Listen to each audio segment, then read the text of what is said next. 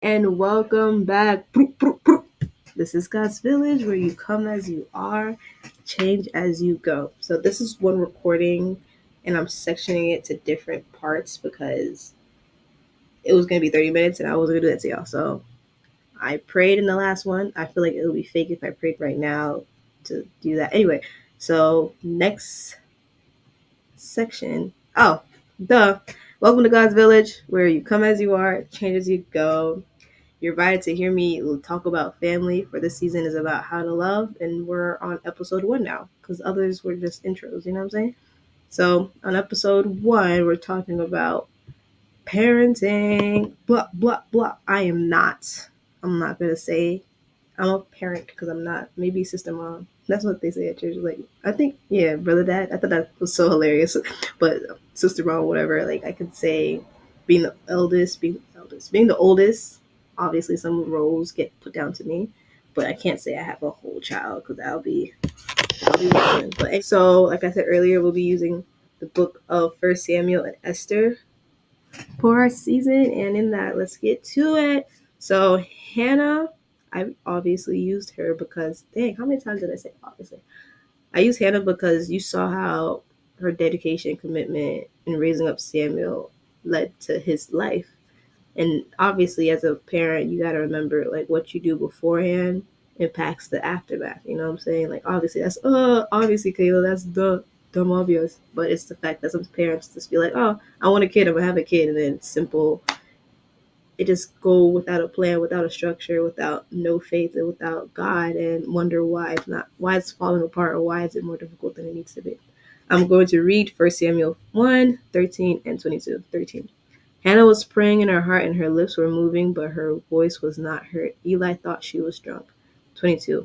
Hannah did not go. She said to her husband, after the boy is weaned, I will take him and present him before the Lord, and he will live there always. So, as I said, she didn't keep the gifts God gave to her to ourselves, but instead gave back. And as much as that can be difficult as a mother to give back your first child, she did that for she know again that wasn't for her to keep forever, and she was grateful enough to have a son. Sometimes we don't be grateful for the gifts that God gives us or what God allows us to have, and we be selfish with it. But on to the next, Saul from First Samuel, like I was speaking earlier. I was gonna use Saul as anger. How we should hold our again. This is for sister moms, brother dads, parents, whoever willing to listen. It was how Saul, the father of Johnathan, and how he had his anger towards his son. And I'm using this as a negative light because we sometimes are so used to being treated badly that it's okay and normal for us, and it's not. So this is what Saul said to his son at 1 Samuel 20, 30 and 33. 30. Saul boiled with rage at Jonathan. You stupid son of a whore, he swore at him.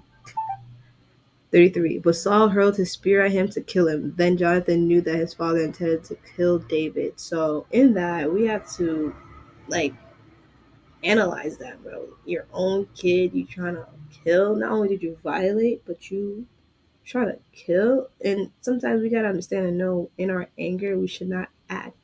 For obviously that's like sinning. We know that. We know that. I'm gonna say that you know that because you're learning and you're growing, and you're going to learn that you should not sin and act as in your anger.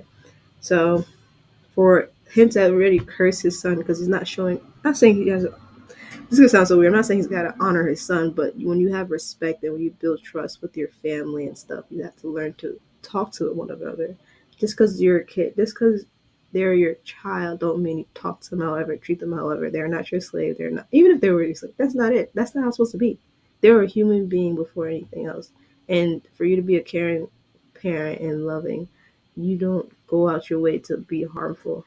So here I have Mordecai for when he was like fostering over Esther. And I thought this was a beautiful way of discipline because people automatically, especially my generation, well, not even my generation, like our culture, like the Caribbean culture, is like discipline.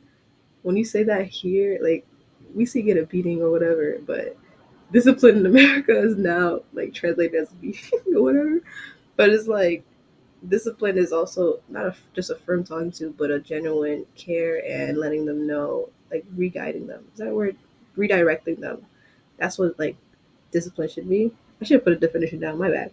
So I have here Mordecai towards Esther. So this is when pretty much Mordecai got the news that all the Jews are gonna die, and he called out for Esther for help. And Esther's on some, no, that's only gonna get you guys, and I'm gonna be safe here in this palace. Don't worry about me.